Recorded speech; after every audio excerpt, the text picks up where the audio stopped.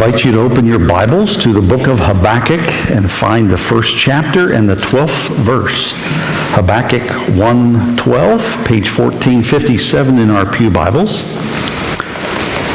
And we'll also be projecting that on the screen when we read it. Habakkuk, the first chapter and the 12th verse.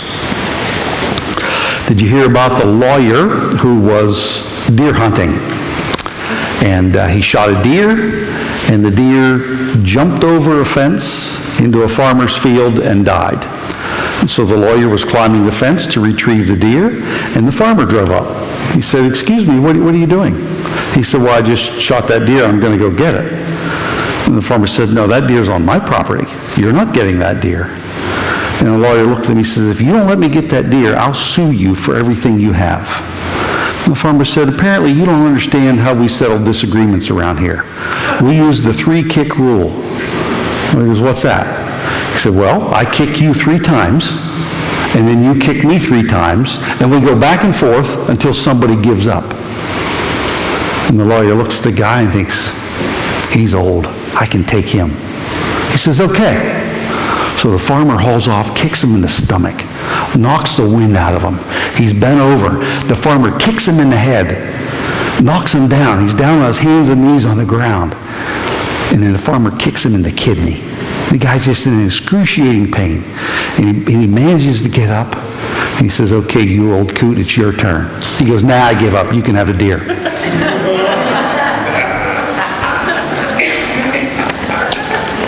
I thought that was pretty funny. So, how do you settle disagreements with God? How do you settle things when you disagree with God? That's the context of our passage this morning. Habakkuk has said, "God, I see things in this world that aren't right, and you're not doing anything about it. I'm looking on evil. I'm looking on all kinds of things. You're not answering my prayer. You're not stopping it. Why don't you?" And God said in response, "Oh, well, I'm going to raise up the Babylonians." That group of people, they are ruthless, they are violent, and they destroy and take over everything in their path. That's what I'm going to do about all the things you see all around you. That's God's answer to Habakkuk's question. Well, guess what? Habakkuk doesn't like the answer. He disagrees with God's plan and his ways. So let's read the text. "O Lord, are you not from everlasting? My God, my Holy One, we won't die. Lord, you've appointed them to execute judgment. You've ordained them to punish. Your eyes are too pure to look on evil. You can't tolerate wrong. Why do you tolerate the treacherous? Why are you silent while the wicked swallow up those more righteous than themselves? You've made men like fish in the sea, like sea creatures that have no ruler. The wicked foe pulls all of them up with hooks. He catches them in his net, gathers them up in his dragnet, and so he rejoices and is glad. And therefore he sacrifices to his net. He burns incense to his dragnet. For by his net he lives in luxury and enjoys the choicest food. Is he to keep on emptying his net, destroying nations without mercy? I'll stand at my watch. I'll station myself on the ramparts. I'll look to see what he will say to me and what answer I'm to give to this complaint." Let's first of all be clear that we understand what Habakkuk is saying to God. Let's be clear about his response. He has a few reminders to God. A few reminders. His response is essentially this: whoa, hold on here. No, this isn't right. Just hold on a minute. Aren't you from the beginning? Right? Aren't you the one we read about in Genesis and all through that book, and Exodus and Leviticus and Numbers and Deuteronomy? Aren't you the one who proposed the covenant and has been faithful to establish his people. Aren't you the one who said this would be forever? Aren't you that guy? Aren't you the one that lets the righteous judge the wicked, but not the wicked judge the righteous? That's not you. Aren't you this guy? And he says, then you won't let us die. See, he understands who the Babylonians are that are coming. He understands they wipe out everything in their path. And other people's lives are nothing to them. They're convenience. They're to be used. You're not going to let us die, are you? You're holy. You're not like anybody else. You don't do things like this. You're unique in this world. Everybody else operates this way, and all other gods operate this way, but not you. You're holy. He says, well, you're going to raise them up to judge us and to punish us, not wipe us out. Right? That's really what you want to do. Just punish and judge, not wipe us out. And he says, and besides that, your eyes, you have pure eyes. You can't look at, you can't, what he's trying to say is, you can't consider using evil, right? Your eyes aren't like that. You can't stop and go, well, now what should I do? I'll use evil. Your eyes are too pure to do that. You don't tolerate evil, let alone use it.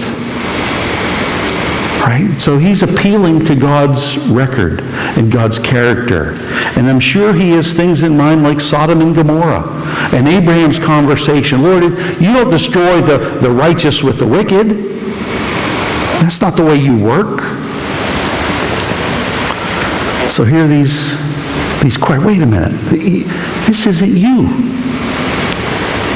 So Habakkuk states back to God his understanding of God as if the facts are beyond dispute. Right? This is you. Everybody knows this is you. This is undeniable truths about who you are. And what you're proposing, God, it's out of character with who you are. You don't do things like this. Do you hear what Habakkuk is saying? You don't do things like this. This is out of order. In essence, you're wrong. You're wrong. You're considering doing something that's wrong. And so here, what does this mean? When Habakkuk says back to God, you don't do things like this. Right after God says, this is what I'm going to do. Habakkuk has an incomplete understanding of God's character. It's not that he doesn't know anything, but he has an incomplete understanding of God's character. And he's not the first person to do so, and he certainly isn't the last. Thinking we understand God's character, hearing what he's going to do and say, wait a minute, that's not you. I know who you are. You don't do things like this. And that leads him to questions, right? So he starts with the questions after the statements in verse 13. Why do you tolerate the treacherous? And that word treacherous means deceitful people. They're deceitful, they're unfaithful. They do not keep their word. They make promises and they don't follow through. They're taking people and they're lying. It also means to pillage, and it's just a great word to describe the Babylonians. They're out for themselves. People are a means to their end, to get territory, to get property, to get control, and to enrich themselves. So Habakkuk says, you're going to use them? Why do you tolerate them in the first place? Why do they even exist? This is the next question. You hold your tongue, you're silent. You hold your tongue when the wicked devour or engulf and encircle those who are more righteous. Right? Wicked people, they're taking over righteous people. And what are you saying? You're saying nothing. You hold your tongue.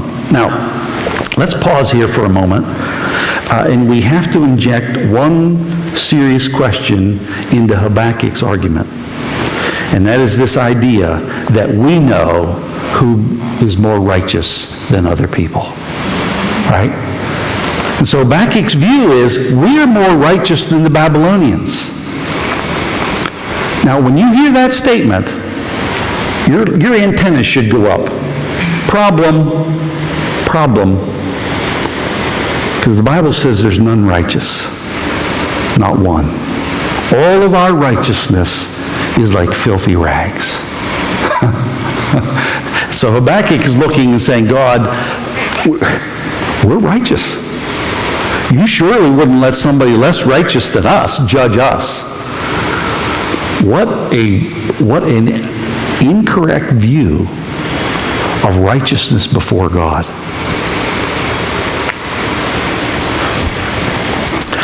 He goes on to say, you treat people like creatures, right? You made, verse 14, you've made men just like creatures of the sea. Nobody's ruling, right? You can't go into the ocean and say, I want to talk to the head tuna, because there isn't one.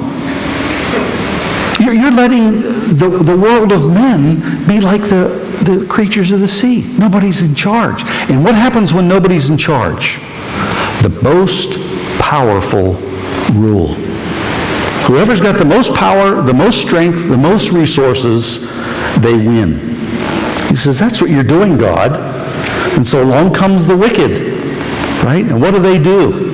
They hook and they net people at their pleasure. And he goes on to say, this gives them joy. Verse 15 is interesting. He says, the doing of it gives them joy, and then when they do it, they're glad. It's like they do it, it's fun to do, and then they have a party about it. Why? Because they are getting enriched. They're glad it's this way. They fulfill their power, get what they want, and then they love it. They love it so much that they worship power. Verse 16, they sacrifice and burn incense. They worship power because they get what they want. They get fat off this process.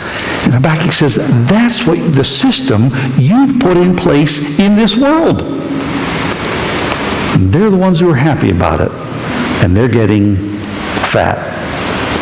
And he ends verse 17. Are you going to let this go on? Right? This isn't you. This isn't right. Is this just going to go on and on mercilessly? You're going to keep them destroying nations without mercy, meaning they're going to do it without mercy. But the implication is, God, you're letting it go without having mercy in this world. So Habakkuk's position is, this isn't you, this isn't right. Now let's read chapter 2, the first verse. He says, I'm going to stand at my watch, and I'm going to station myself on the ramparts. I'm going to look to see what he'll say to me, and what answer I'm to give to this complaint. It's not you, it's not right. I'm going to stand on guard. I'm going to go to my watchtower, and I'm going to be looking. God, I'm going to be looking for your answer. But not only that, he says what answer I'll give to this complaint, or what I will come back with. That's what he's saying. I'm going to wait to hear what you say, and while I'm waiting to hear what you say, I'm going to be thinking about what I'm going to come back with when you answer. Right? Because Habakkuk believes he has a defensible position. Right? He believes he's got God. He's got an argument for God that God really doesn't have an answer for. And so he's going to wait to just hear what God has to say to all this, because Habakkuk knows. He knows God's character. He knows God's ways. And God's got to answer him.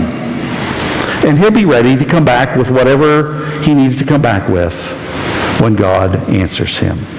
Right? So when God argues with me, I'll be ready for him. That's Habakkuk. That's what he says in these verses. Now let's take this and ask ourselves this question. What about us? Right? When we read this and we hear what this guy has to say, I have to ask myself, well, what about me? What about you? When you see God permitting or doing something, permitting someone to do something that's out of character with himself, How do you handle that?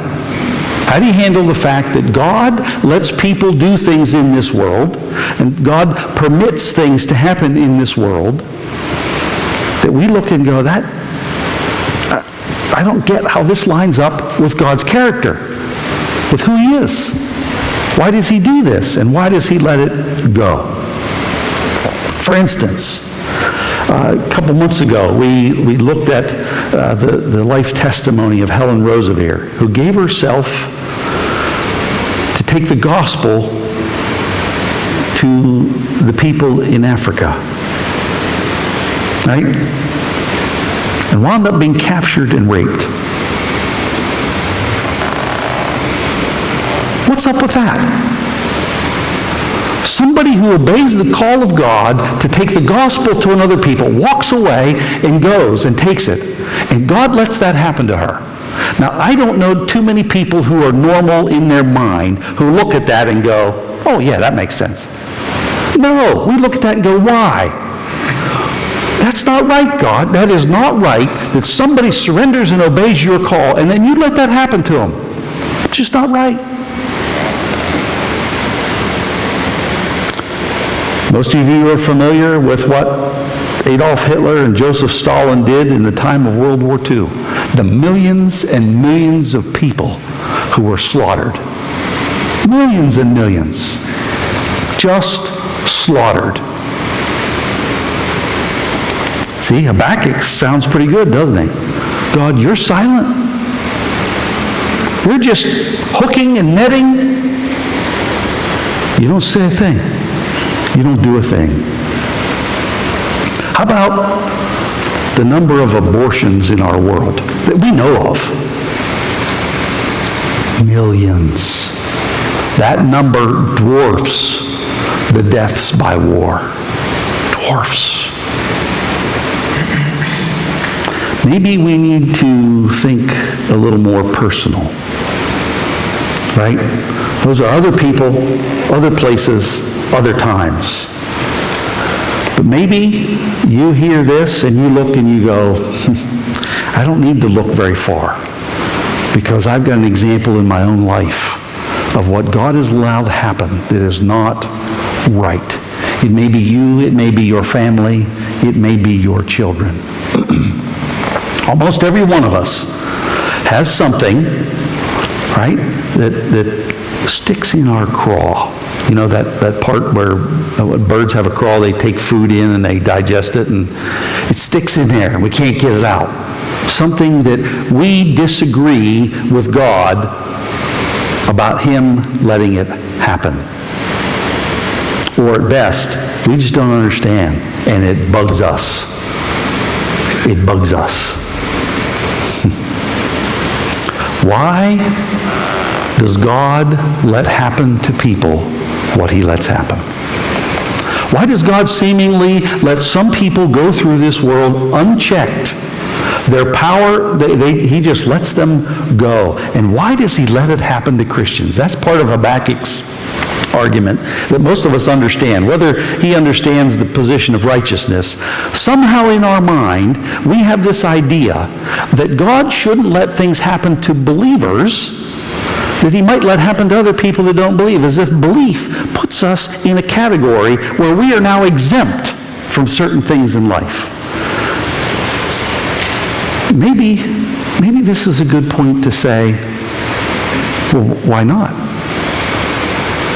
Why shouldn't I suffer? Why shouldn't I have physical problems? Why shouldn't I be on the receiving end of evil? What makes me think that I have somehow achieved this standing with God and in this world where God's going to say, you're exempt? Why not? It's a good question. Very seldom gets asked, but it's a good question. Why not? And then part of Habakkuk's argument here, and that we have to work through, does God really use wickedness in this world? Does God really use wicked people? Because that's what he says, I'm raising up the Babylonians. They're going to come in. So why would God tolerate evil? Why does he tolerate demonic forces in our world? Why does he tolerate the prince, the power of the air, and the devil to destroy and ruin people? Why does he do it? I think we have these questions deep in our heart and in our mind. And at least Habakkuk's got the nerve to say it. And he's got the nerve to say it to God. He's got the nerve to say, God, I'm waiting for you to explain all this to me, because I just cannot process it. Much better position than to pretend that everything's okay. Oh yeah, everything's good. God's good, everything's good. No, everything isn't good. God is good, but there's a whole lot of things that just aren't. Right? You with me? They just aren't. And let's not pretend that they are. And Habakkuk doesn't pretend.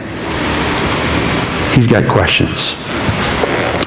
When God does something or permits something that is out of character with who he is, it's our understanding of his character and his ways that's out of order. That's the problem. The problem in Habakkuk, the first chapter, and the first verse of the second chapter, isn't that God is doing something out of character. It's that Habakkuk doesn't understand God's character and his ways. He disagrees with him.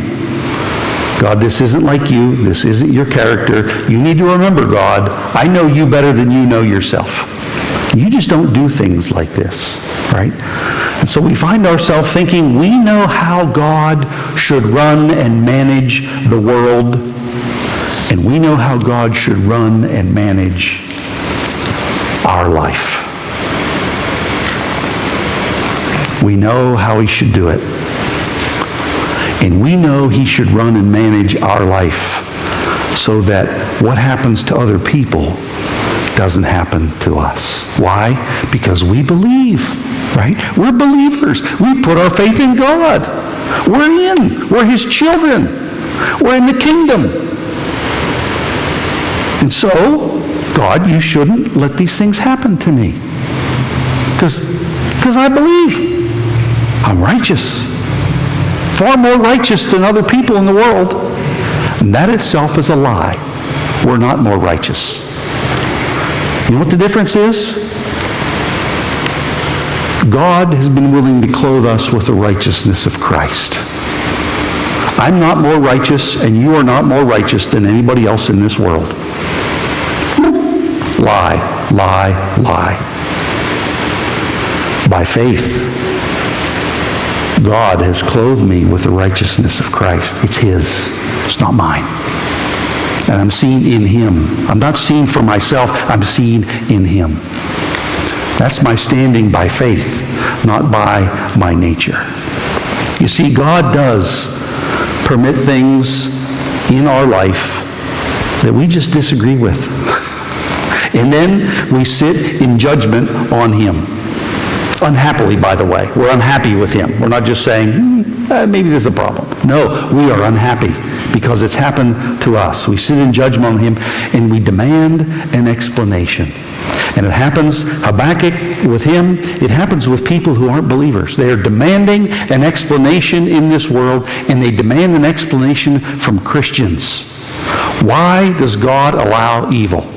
I don't want any part with a God who lets children starve. It's the same issue with Habakkuk. I want an answer. I will not believe in any God who doesn't manage the universe and my life the way I think he should. There's a word for that. It's called conceit. It's called pride. God, I know how you should manage this world better than you do. You can't even act in accord with your own character. Oh, wow. Wow. If Habakkuk, the prophet, can struggle with these issues and with questions, what makes us think that we won't and that we aren't? My guess is if you did a survey in this world about Habakkuk, most people are going to go, I don't even know what that is. Is this some kind of weird cheese? What is it? They're not going to know. But here's a guy who is more relevant than we can ever imagine. I feel bad for people that ignore the Old Testament. They miss it. They haven't even read the New Testament, because it says in the New Testament, these things, meaning the Old Testament, was written for our learning. Right? This is where we understand things. And here is embedded in this book these pivotal questions that our world is asking, and they're asking of us. Where is God? Why is he letting things like this happen?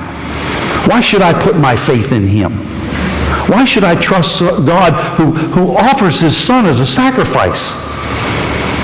See, our world, this is insanity. This is out of character with a God whose character, by the way, I get to define. No, we don't get to define his character. And what gets revealed is that I don't understand him. Okay? So we're left with three questions here. When we're sitting in judgment of God on our rampart, we're waiting, we've got a defensible position because God shouldn't be doing these things. We get up in our position. Three questions. How well do I know God? How well do I know his character? You see, it's possible that a guy like Habakkuk, one of his prophets, comes to the place where he realizes, I don't understand his character. I thought I did. Matter of fact, I thought I knew his character so well, I could describe his character back to him, and he would reconsider his management of life. Maybe you and I think we know God's character. Let me tell you what we know. We know what we know up till today. That's what we know. Maybe tomorrow or next week or next year, we're going to find out things we didn't know. I know what I know about God up until today. And maybe I think I understand God's character. And I'm sitting in judgment on his management in this world. And the problem is, I don't know God. I do not know him fully. He is infinite. His ways and his judgments, doesn't he say that through the other prophets? My ways, they're not your ways. My thoughts, they're not your thoughts. You're trying to think of me the way you think of yourself. You're trying to think of me and my lordship over your life the way you would be Lord over your life. They're not the same. There's a divide, higher, farther. There is no comparison. How well do I know the character of God? Maybe I don't know his character any better than Habakkuk. And I want God to explain a few things to me. How well do I know his ways? How well do I know what he will permit and not permit? And again, we know up through our experience as of today. And maybe God has not permitted certain things in my life, and I'm come to the conclusion that he will never. He won't permit that to happen to me. Well, he hasn't permitted it yet. Maybe he will. Maybe there's some Babylonians on the way, and I just don't know about them. Or I think I'm exempt. How well do I know his ways? I believe I said it last week, and I want to say it again this week. Unless you have a chapter and a verse that says God always will or God never will, unless you've got a chapter and verse that says it, we need to back up and go, I don't always know what God will or won't do. There was a whole group of people who never thought that the Messiah would be crucified. No way, no way, no way, no way. Yeah. Exactly the way. And they couldn't handle it. It was inconceivable to them that God would act this way. And maybe we do not know his ways. We know some of them. We know our experience. But maybe we don't. And here's the third question, and it is the most pivotal question. Okay? All of us, there are things we just don't know. Here's the pivotal question. Am I willing to hear God's answer? That's the big one. Am I willing to hear God's answer? And when we say hear, am I willing to accept it and submit to it? Right? Am I willing to hear what God has to say and then say, okay, I'll hear that. See, because God does have an answer. He's got an answer for these kinds of things. He's got an answer to Habakkuk, and it's really, really good. It's really good. You got to come back next week. Whatever you're doing, you have other plans, cancel them. Come back, because it's really good. Right? It may not be the answer you or I want to hear. It may not be an answer that you or I like, but it's really, really good. The question is, am I willing to hear that? Habakkuk says, I'm going to stand, I'm going to be on the lookout, God. Right? I'm going to have my ear out. I want to hear what you have to say to this. And I'll be ready to come back with my argument. What you find out is he's willing to hear and listen, and he really doesn't have a comeback. That's what we find out later. So the question isn't, do I see things that shouldn't be? Of course you do. Of course I do. Habakkuk saw them. People from all time have seen them. Right? Starting right back, why is the serpent in the garden? Right? Why? Why does God expose Adam and Eve to the lies and the temptation of the serpent? Why does God let his son go into the wilderness to be tempted by the devil, to be drug around in a weakened state, pushed to the limits when he's almost at the point of physical death? That's what happened in the wilderness temptation. He is worn down. He is at his most vulnerable state. Why does God do this? Why does God take everything from Job? Oh, yeah, consider Job. Yeah, take everything you want. You do whatever you want to do, just don't kill him. Isn't that great? Wouldn't you like to be the next Job? Or God, do whatever you want to do to him. Just don't kill him. These things are real. And God has an answer. And God has his reasons. And we have to adjust our will, our logic to the truth of God. God does not have to adjust to us. And maybe we don't know God as good as we should. And maybe we don't know his ways the way we should. But we have to be willing to hear him. We have to be willing to submit to his ways and his character and his answer when he speaks. Because it's the only way forward. And it's the only hope in this world. There's only one way of hope in this world. And it's God, what he's done, and what he has to say.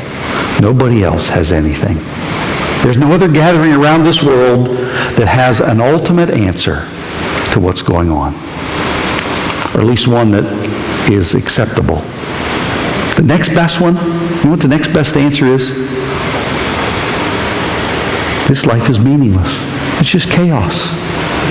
Whatever happens, happens. Don't get in an uproar. Just the way it is, we live, we die, that's it. That's the next best one. Yeah, not too great, is it?